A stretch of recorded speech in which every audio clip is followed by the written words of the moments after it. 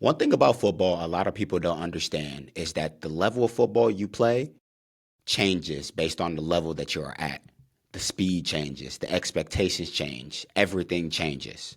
Today, we're going to talk about expectations on each level of football, what gets you on the field, and why some players never reach their full potential. My name is Trust Troupey. Welcome back to episode 11 of the Trust Troupey Podcast.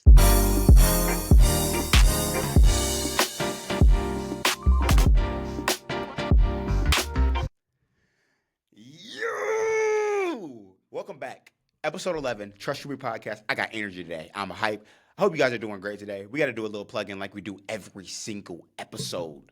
Listen, make sure you go follow on every single platform. Follow on the main TikTok, Troupey Whoopie. We're about to hit 100K on there.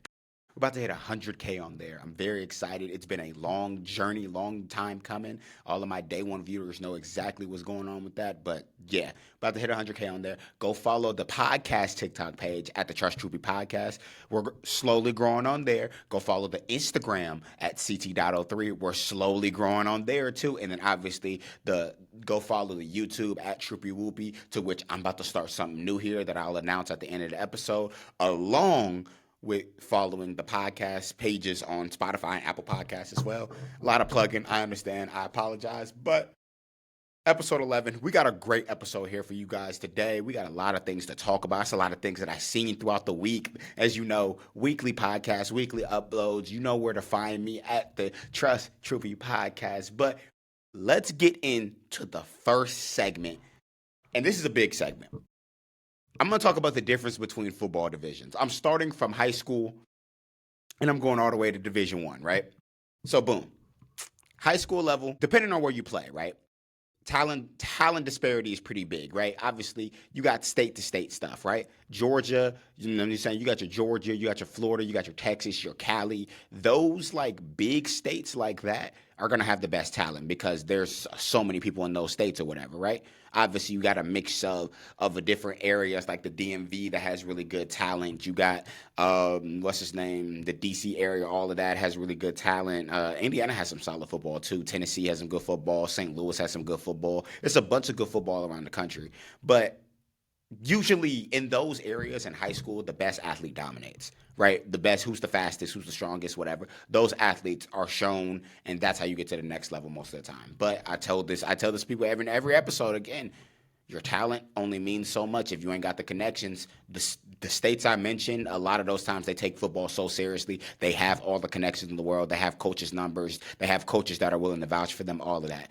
That's where the disparity comes in with high school, you know what I'm saying? And everybody runs a similar scheme. Everybody runs, you know what I'm saying? Now, you have your hick schools that run your wing T stuff, right? That type of stuff. But a lot of people run the same schemes. A lot of times it's an air raid, no huddle offense in high school, or a lot of times it's a power run heavy offense in high school. It's not a lot of distinguishes, you know what I'm saying? That's the one thing I myself was very happy with high school is my offense changed almost every year. Like it was a different scheme and system. We ran the no huddle stuff. We also ran a lot of the different power run stuff. We ran you know what I'm saying? It was a bunch of different things we did, spread, zone, all of that. Like we did a whole bunch of stuff when it comes to that. But usually in high school, I'm not gonna lie to you, the best athlete wins, the best player wins, the strongest athlete, the one who jumps the highest, the one who's the biggest. Those type of athletes are going to get more recognized than anybody else in the world, right? But it does come down to connections at the end of the day. The next level closest to high school. Now, this is where the jump comes because a lot of people, when people make fun of Division III football, they say it's a bigger high school football. It's not true at all. I'm gonna tell you this from somebody that played Division III. The jump is drastic. Now, listen. Let's think about it like this. High school is down here, right? Division III is up here, but the problem is it then goes, so here's Division III. It then goes Division II NAIA or Division II NAIA, D1 FCS, whatever, you know what I'm saying? Like they're all stacked up on each other. But the drastic difference between between high school and Division III, it's a clear difference, and it's not glorified high school football. I need y'all to stop saying that. That is disrespectful as hell to everybody that went to play D3 football, right?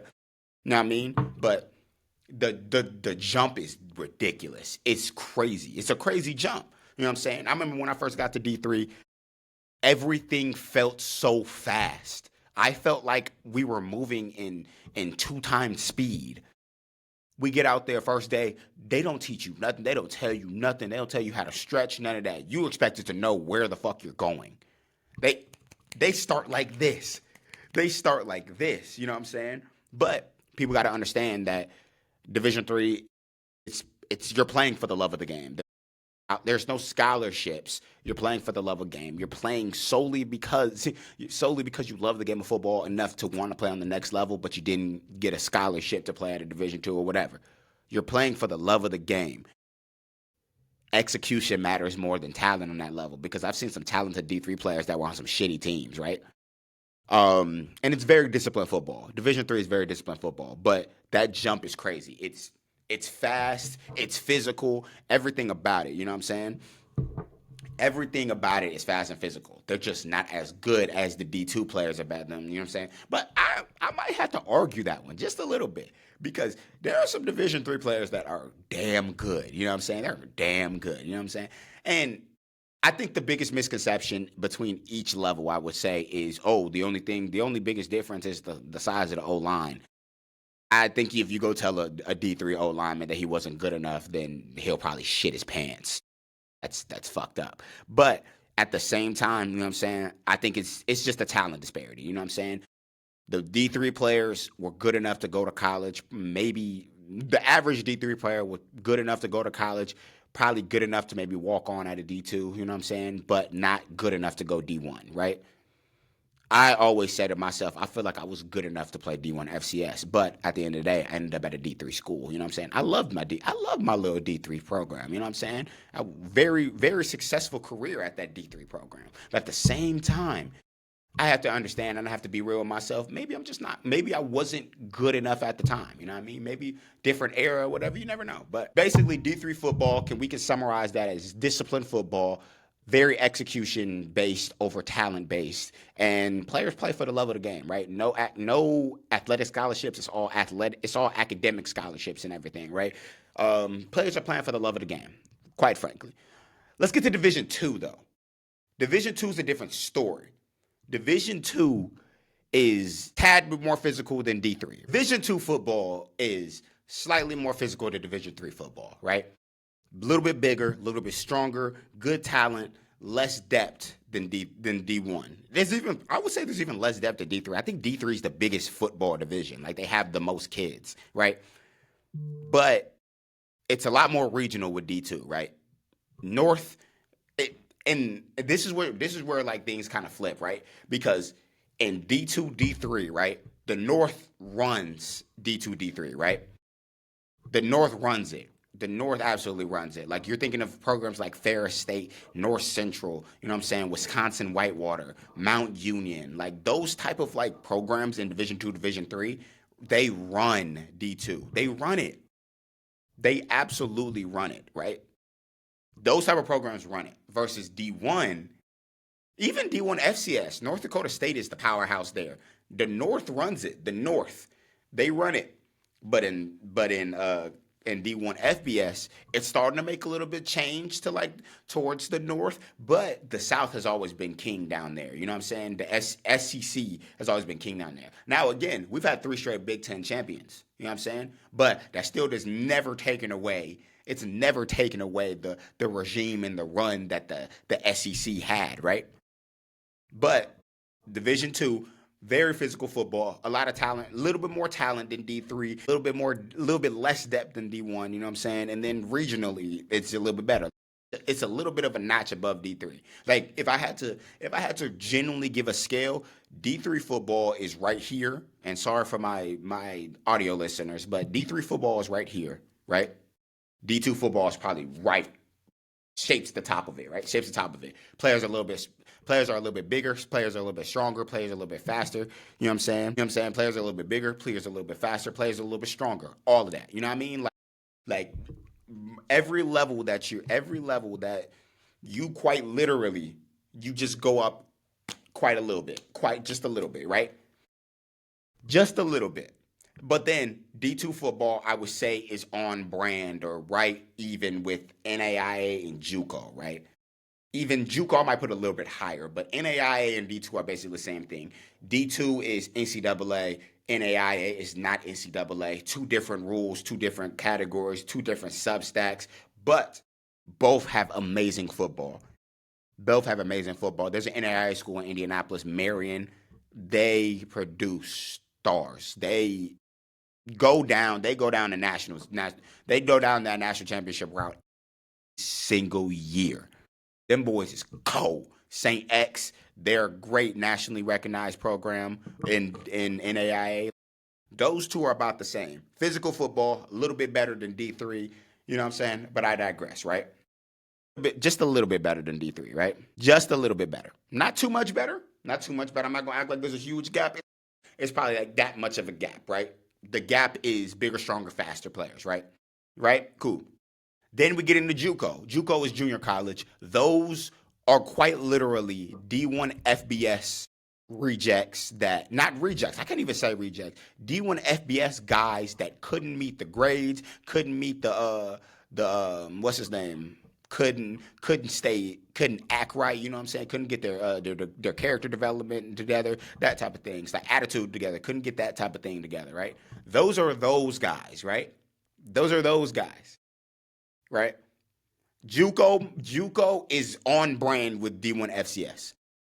JUCO football is no joke. And JUCO football is what y'all seen on Last Chance U, right? JUCO football is those big SEC guys that couldn't meet the grades, couldn't get their attitude together, all of that. Those are dogs. Those are some dogs. Some dogs. JUCO boys are dogs. Dogs. I'm trying to tell you. I know a couple JUCO guys, cool friends with them, you know what I'm saying? Shout out to Follow Media on TikTok. JUCO guys, them is dogs. They built, they strong, they fast, they physical. Those are guys that you look at and you be like, hey, why aren't you at Bama? Well, I was at Bama. Couldn't keep my grades up. I was at Bama. You know what I'm saying? I got in trouble. You know what I'm saying? Couldn't stay out of trouble. JUCO is on brand with D1 FCS and even some facets, I might even put them above D1 FCS. Them JUCO boys is different. You know what I'm saying? Now, a big part of that perception comes from Last Chance U. But if you look at a lot of those JUCO guys, yeah, right? So we're looking at JUCO, right? So going in levels in order, D3 is the bottom, but it ain't no joke. You know what I'm saying? D3 football definitely is great football, right? Then right on top of that, substacking it, right on top of it is Division II, right? And then even with Division II is NAIA, right?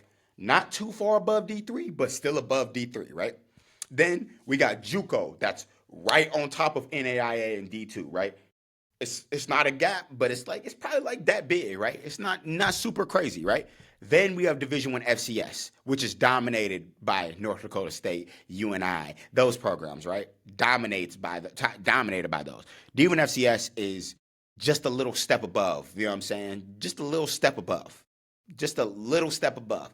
Bigger, stronger, faster kids, they are D1 kids. Those are not, they couldn't make it FBS. No, those are D1 kids. Those are D1 kids, right? Bigger, big, fast, strong, physical, all of that. Dogs on every level, right? You know what I'm saying? Everything. That game speed, but here's now where the game speed changes, right? Division III, the game speed's fast. It's probably about think about I don't even know what metric to put this in. Division III football is probably okay, let's put it in track terms. We got a good sprinter. He runs a 10.9. That's Division III football, right? Division II football is another sprinter that runs a 10.75, right? Just a little step above, right? Finishes a little bit better, a little stronger. NAI football is somebody that runs a 10.75 as well, right there with him. Then we have JUCO. JUCO, we take a little bit of a step. This guy runs a 10.6 low, right? Right? Okay. Then we have D1 FCS. Those guys are now running 10.2s. You know what I'm saying? We have quite the gap here. I have to put it in track terms. We have quite the gap here, but it's not that big of a gap. It's a gap, but it's not that big of a gap. You know what I'm saying? When one crosses the finish line, the other is right there, right? Right? FCS is like that. They're them. You know what I'm saying? More fast, more physical, great talent, just still not as strong as D1 FCS, D1 FBS. FBS is your 9-9s. BS is your 9-9s. And if we really want to split it up, group of 5, they're running 10 O's, and then your power 4, they're running 9-9, 9-8, 9-7s, right? There's quite the gap in between each of these. All fast in its own right? All fast, all physical in its own right. But it stacks up, you know what I'm saying? It stacks up. And if you want me to put it in the bench terms, I could put it in the bench terms. Division 3 is like somebody that can rep 225 for 7 reps. Still a great feat that not a lot of people can do, right? Division 2 football, NAIA football, is somebody that can rep 255, right? More weight, more difficult, bigger, faster, stronger, right? Division 1. And then we got JUCO. They're repping 5. More weight, more fast, more physical. Well, Division 1 FCS is somebody that's repping 300, right? Repping 300. Huss, pushing that iron, pushing that weight. Last but not least, Division 1 FBS is somebody that's repping 335. No struggle, no nothing, right? You see the considerable gap? We go from repping 225 to repping 335. That's almost 100 pounds. That's quite literally what the difference between Division 3 and Division 1 FBS is. Quite literally the difference between the two. And y'all will learn this when y'all get to college, because I know everybody that listens to this, every young player that listens to this, every young player that's watching the clips or whatever, y'all all are going to make it to college. Y'all all are going to get the offers you want. You're all going to go either Division 1, Division 2, Division 3, or NAIA, JUCO, all of that. You're all going to get the opportunity. But you're going to see the difference between all of them, right? But realistically, the biggest difference and the biggest thing is that O-line, that D-line. Everybody's bigger. Everybody's a little bit faster. The one thing I will say that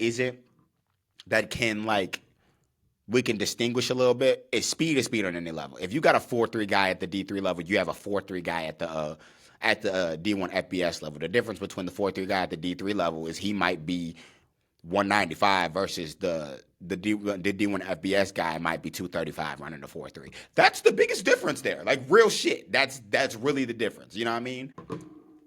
Let's move on to the next segment, right? We talked about transitions. We talked about game speed.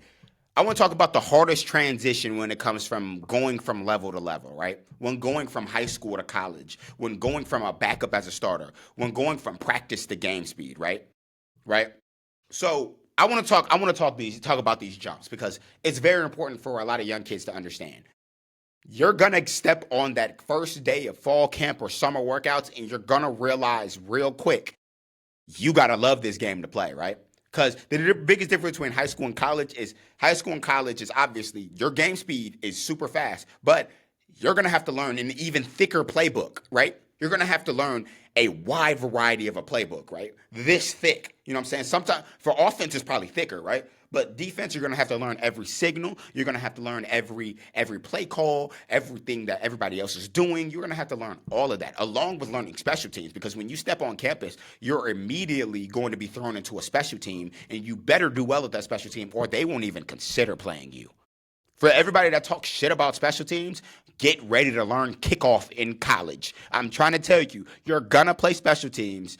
Even if you're a freshman starter, you're going to play special teams.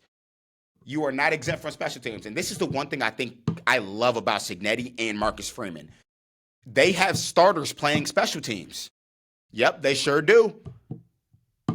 D'Angelo Pons was one of the best punt blockers in the country because he went after it on special teams. You think you're not going to play special teams? You think you're too good for special teams? Go ahead and leave. You're no use here. We don't need you. Starters are going to play special teams. Backups are going to play special teams. All of that. You better get ready. And the last thing that I think is the biggest between high school and college is the physicality. You going to run up on somebody that is ready to knock your head off every single play, and they absolutely can if they wanted to, right? You better be ready. That speed, that adjustment period is so crucial. That adjustment period is so crucial. You will never understand how fast the game gets until it gets there. My goodness. my goodness. Don't even get me started on the weight room. Another big thing with the weight room is college is going to mess up your perception of what lifting looks like. It's to the point that I'll tell the story in a second. But college is going to mess up your perception of what in the weight room means. You're going to show up on a Tuesday morning in the middle of fall camp, and you're going to see the smallest guy in your life rep 335 on bench like it's nothing.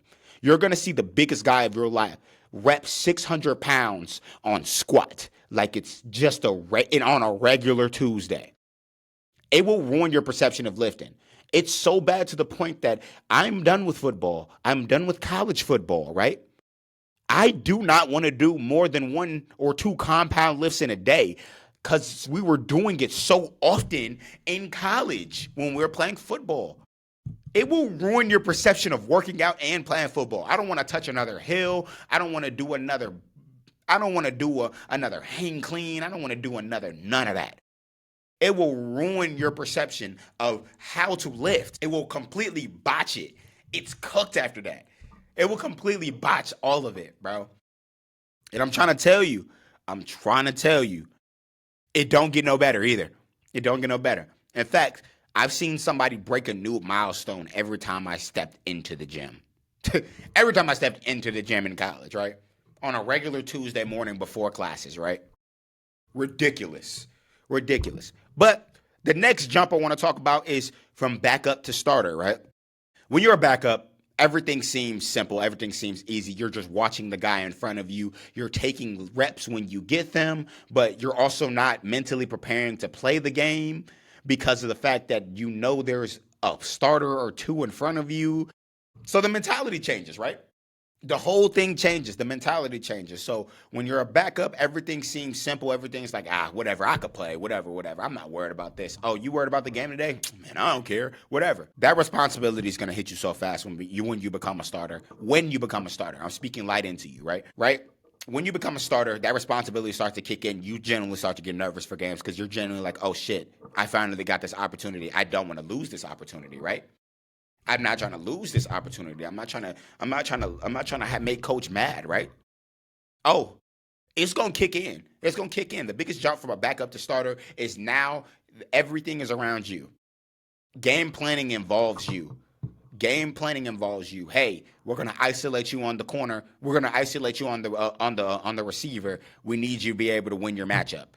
We need you to be able to win your one-on-one. If you can't win your one-on-one, you won't be on the field. Let this be said to every single football player out there. If you cannot win your one-on-one matchups, you do not deserve to be playing. If you cannot win at least 8 out of the 10 times in your one-on-one matchup, then you're not going to be a good team. That's what great teams are. Everybody coming together as a team to win their one-on-one matchups. If you can win your one-on-one matchup and do your job, you're going to be an amazing player. If you can't win your one-on-one matchup consistently, you're going to sit. That's simple. Better learn how to win them one-on-ones. You better learn how to backpedal correctly. You better learn how to get around that tackle. You better learn how to beat that corner off. You better learn how to make that tackle. You better learn how to do all of that. Winning your one-on-ones is crucial. It's crucial, my guy. Crucial. But the next jump I want to talk about is the jump from practice to game speed, right? Practice, a lot of the time, you're going to work harder than you do in the game. And this is a cliche thing to say because practice how you play. Yeah, it matters. If you are practicing and you know something so much to when the game comes, it's easy, you're doing the right thing. That pressure will tone itself down based on the way you practice. If you are going about practice as if, we're about to win this game, this is an easy game, this ain't nothing, I swear to God, that game gonna hit you so fast and you're gonna feel like you seeing everything you ain't never seen before. But if you practicing hard, you're game planning hard, and you're making sure you're paying attention to film, and you're making sure you're paying attention to tendencies, that game's gonna feel slow, and everything is gonna feel whatever. It's the biggest thing for me in college that helped me out so much. We practiced so hard, so fast, so physical, that when it came time to the game, it was nothing. You got to realize I was guarding the best receivers in the conference because the receivers in my conference were the best receivers in the conference, right? I'm guarding the best receivers in the conference. Week in and week out, the best receivers in the conference, week in and week out, guarding the best receivers in the conference on my team in practice every day. So when I got to the game, oh my God, it felt like it was nothing. I felt like I was coasting. What do you mean? It was easy. You know what I mean? It was easy for me. It was easy for me. I'm out there getting routed by my teammates. I get into the game. You slow. I seen that right a million times in practice. That ain't nothing. But I guarantee you the receivers could say the same thing. Oh, our DBs were so physical in practice that every other DB was soft when we played them. That's how you got to practice, though. You have to absolutely practice 10 times faster than you do in game. You have to do things in practice so then in the game it doesn't feel whatever. This goes for any sport. Obviously, football, I'm talking about football, but for basketball, if you want to get good at your handle, you need to practice things in practice that you would do in game, right? It's the same thing, right? It's the same thing. But just understand that every level of football has a moment where the game is going to speed up on you. Every level of football is going to have a moment to where you feel this shit is fast. This is fast. It's all about adjusting. The quicker you adjust, the quicker you can get a leg up on your competition, the quicker you can get a leg up on your teammates that are trying to go for the same spot as you, the quicker you can get a leg up on everything, right? Everything, right? The quicker you can get a leg up on all of this stuff, right? And it matters. It matters. Don't get it twisted. It absolutely matters, right? But also understand something, that everybody's adjustment period is different. I've seen players that were able to adjust in the first practice of fall camp. I've seen players that did not adjust until junior, senior year of college.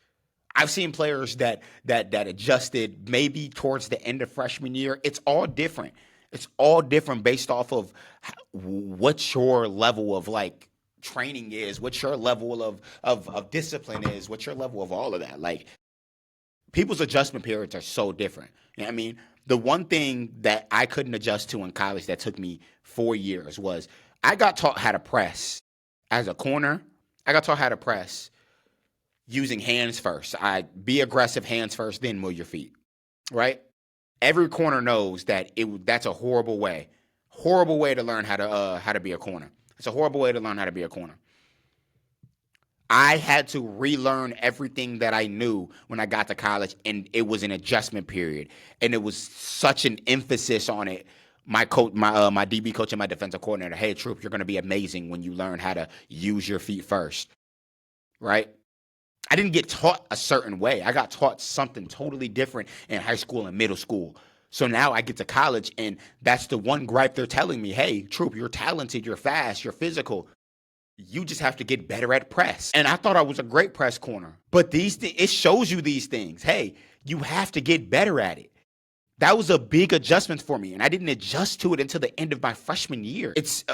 I'm telling you, it's going, and you got to realize that adjusting doesn't just mean adjusting the speed. It's adjusting the scheme. It's adjusting to your technique. It's adjusting to everything. Because depending on where you go, people are going to have a specific and it's going to be a specific way to play, right? It's going to be a specific way you need to do your job. And if you cannot buy into what they're saying, they're going to tell you to transfer, or they're going to tell you that you need to work on this, and until you get better at this, you're not going to play. It's cutthroat in college. They don't care. They do not care. I promise you, they don't care. They don't care. They're going to do all of that. They're going to sit there. They're going to watch film with you. Troupe, you have to get better at this. They're going to move on to the next player. If you want to go have a one-on-one meeting with coach, he'll tell you a little bit more. Your feet suck. Your feet are awful. Your feet need to get better. You need to move your feet. You need to learn how to shuffle to cut off. You need to learn how to do this. You need to learn how to use your hands at the right moment. You need to learn how to predict movements. You need to learn how to do all of this. And after you get all of that is when they'll tell you, because great coaches will sit there, they'll berate you. They'll tell you, you suck at this, you suck at this. But when you get better, they will let you know you're getting better. So it got to a point where I started fixing it, and my growth started getting better. And now I'm getting told by coaches, your growth is amazing. Your growth is amazing. Your growth is amazing. You're getting better every single day. You're working every single day until look up. I'm all conference. I look up. I'm the most improved player in the conference, on the team, all of that. I'm leading the conference and pass breakups and picks. These things matter. They matter, bro. They matter, bro. They matter. But just understand that adjustment can mean anything. Adjustment doesn't just mean one or the other thing. Adjustment can mean technique. Adjustment can mean attitude. Adjustment can mean speed, strength, physicality, weight, anything. It's all about what your college coaches are valuing. You know what I'm saying? It's all about what your college coaches are telling you need to get better at, right? Adjustment can mean anything, people. It doesn't just mean one thing or the other. It can mean anything, right? Let's move on to the next segment, though, right? One of my favorite segments I want to talk about. I got a lot of questions this week. Hey, Troupey, I'm about to start high school football. Hey, Troupey, I'm about to go to college next year.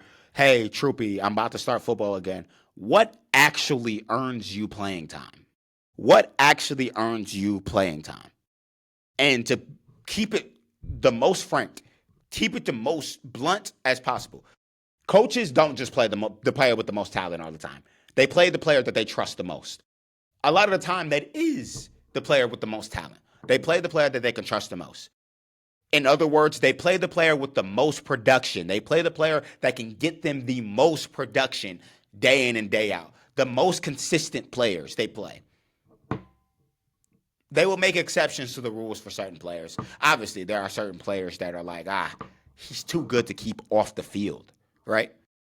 The most consistent players is what will earn you playing time, right? I'm talking about alignment discipline, eye discipline, consistency in practice. Yes, consistency in practice. If you make a good play 1 out of every 7 plays, you're not consistent enough. You won't touch the field, right? Knowing the system, knowing your playbook, knowing how to run every single thing just in case you are plug and play, right? Reliability under pressure. How is a coach going to trust you to put you out there, to put you out there during the game on the line, with the game on the line, the drive on the line to make a play, and you can't even do it right in practice, right? You can't even do it right in practice consistently, but you think you are good enough to play? Consistency. Now, there are obviously objections to the rules. There are obviously coaches that abuse that power, that abuse that type of thing.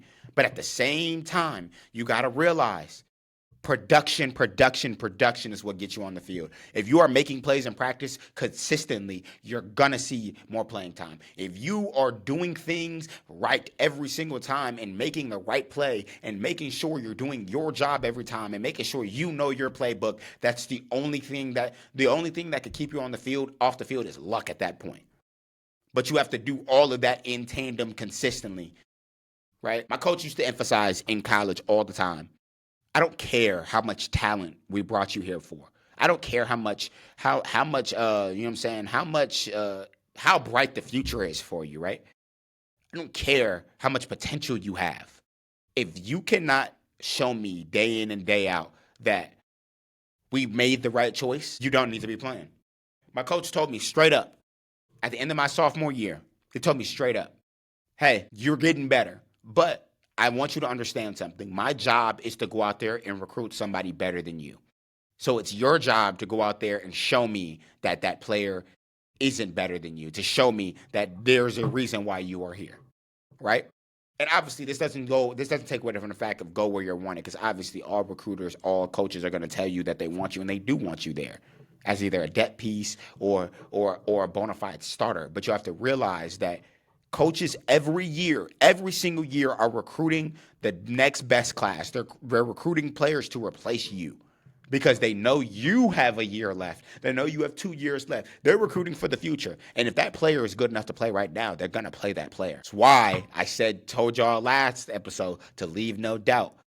You need to be out there and getting plays right consistently, making plays consistently, being there consistently, knowing your job consistently. And then last but not least, like I said earlier in the episode, special teams, special players, special plays.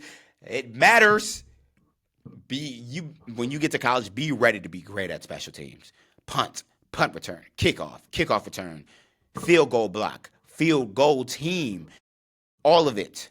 You need to be ready to be great at it. Onside team, hands team, all of it. Be great at it. Don't just be good at it. Be great at it. Be great at it. I promise you, you go out there and knock some heads loose on special teams, a coach is going to be like, we can find some room to put him in for a couple plays. We can find some room to make sure he can go knock somebody's head loose during the actual game. We can go find it, right? We can go find it. We can go find it, baby. We can go find it, right? But you got to go out there and show it. Nobody's going to just hand it to you. Nobody's just going to say, here, take it, take it, take it, take it. No, go find it. Go get it. Be consistent on the field. Be consistent in practice. Be consistent in the weight room. Be consistent on the field. Be consistent off the field. Be consistent. Be consistent. Be consistent. That's the motto of the episode. Be consistent. The more consistent you are, the more you will realize it will only take you so far. The more you realize that being consistent, the moment you realize that being consistent is going to get you on the field, it's the moment players will realize, okay, shit, I have more work to do. I have more work to do. That's simple. But let's go ahead and get into the last segment of the day. Why do some players never reach their potential? You see often all the times of highly recruited players, highly anticipated players to do amazing, you know what I'm saying? All the talent in the world, all the speed, all the athleticism in the world, but they never reach their full potential. And quite frankly, we can simplify it and be like, hey, it's because they just weren't as good as people thought they were. They were overhyped, right? We can say that. But the real issues comes from other things. It's poor discipline, right? It's bad habits. It's lack of preparation, right? It's confidence issues. It's not understanding that you are good enough. And it's not adapting to what is going on, right? There used to be some times during the week, right, during practices, that I'm so glad we're moving on to the next week because this scheme was so difficult for me to master and understand. Yes, it happens, but a lot of players don't reach their potential because they're in their head, they're blocking themselves out, or they think they've already made it. And let me say that again. They think they've already made it. They think that just because they got to this level, that just because everything is nice, cool, and dandy, that just because that they are here right now, that the work is done. There's nothing else left to do. I don't need to adjust to what my coaches are saying. Do you know who I am? Go look me up. I hate that shit, by the way. But players think that. There are some players that think that. Now go look me up. I'm him. I'm it. If you better figure it out. You better figure it out. If you can't figure it out now, what's up? You know what I mean? I'm him. I'm them. I'm him. You know what I mean? I've already figured it all out. And that's what blocks a lot of players from reaching the potential they have. I've seen so many players that were so good, so many players that were full of potential, full of life, full of all of that. Like, they were so good at football, couldn't listen to the coach. Didn't want to get better at anything, didn't want to work harder to get better at anything, weren't willing to work on anything, weren't willing to do anything, weren't willing to do anything outside of football, weren't willing to watch film, weren't willing to do anything, would rather do this, that, and the third. Wasted potential. It's wasted potential, quite frankly. You have to be ever working in football. You have to always be working. You have to always be thinking about working. You have to always be thinking about, what can I do to get better today, right? What can I do to get better today? If you are not taking that standpoint during football, if you're not taking the standpoint of, damn, maybe I need to get better today. Maybe there's things I do need to get better at. You're never going to reach the highest of the highest of the highs. You're going to stay stagnant. You're going to stay that one football player that could have had it all but didn't get to it, right? You're going to stay that way. You know what I mean? You're going to stay that way. But a lot of the times, I will say, it is confidence issues as well, right? Players not understanding that they are good enough, right? And sometimes in college, it can truly break you down. There are some coaches that have no other thought process other than to tear you down, right? No encouragement, no nothing. Those are the worst type of coaches. Coaching should be a mixture of not only tearing somebody down to understand that they need to work harder, and then building them back up and understanding that they are working as hard as they possibly can, right? But confidence plays a big part, right? When you lose that starting job, I promise you the confidence dips. The confidence is no longer there. You have to build it out from scratch, right? When you lose a game, the confidence, you know what I'm saying? When you're the reason why a game was lost, you know what I'm saying? When you make a bad play, the confidence dips. Confidence is a roller coaster. Yep. And then it comes down, goes up back in and stays stagnant a little bit. Then it goes back up, then it goes back down. You got to stay confident, my brother. You got to stay confident. You have to stay confident. You have to stay poised. You have to stay all of that. If you can do all of that, you're going to be a great football player. But you have to understand. You have to understand where it's coming from, too. So I think the best answer I can give for why players don't reach their full potential in football is your own self-doubt, your own self, your own mind, whether it's ego or whether it's self-doubt or lack of confidence. Ego is going to play a big part of that because some players think they don't need to get better. Some players think that they're already good enough as is, and there's no point in getting better. I would say there's no point in wanting to get better, right? But those questions, those are things that you need to answer for yourself. And if you can't answer those for yourself, then that's on you. That's on you, Brody. That's on you. But we're gonna end here today. Shorter episode today, but I talked about a lot of really good things that I really wanted to talk about. Obviously, we got to do our plug-in like we do every single episode. You know what I'm saying? We did it at the beginning of the episode. We got to do it at the end. Make sure you follow the main Troupey Whoopie TikTok page. We're about to hit 100K on there. Almost. We're so close. We're so close to hitting 100K on there. Go follow the podcast TikTok page at the Trust Troupey Podcast. Go follow my Instagram at ct.03. We're blowing up on there right now. And then go follow the podcast pages on Spotify and Apple Podcasts. Go subscribe, go follow, and go give a 5-star rating over there. I hope you guys have a great day, and I hope you guys are doing well. Stay strong, stay healthy, and love football. Just understand, you ain't got to like me, you ain't got to love me. You can actually hate me for all I care. Just understand, you can trust me. This is episode 11 of the Trust Troupey Podcast. Peace.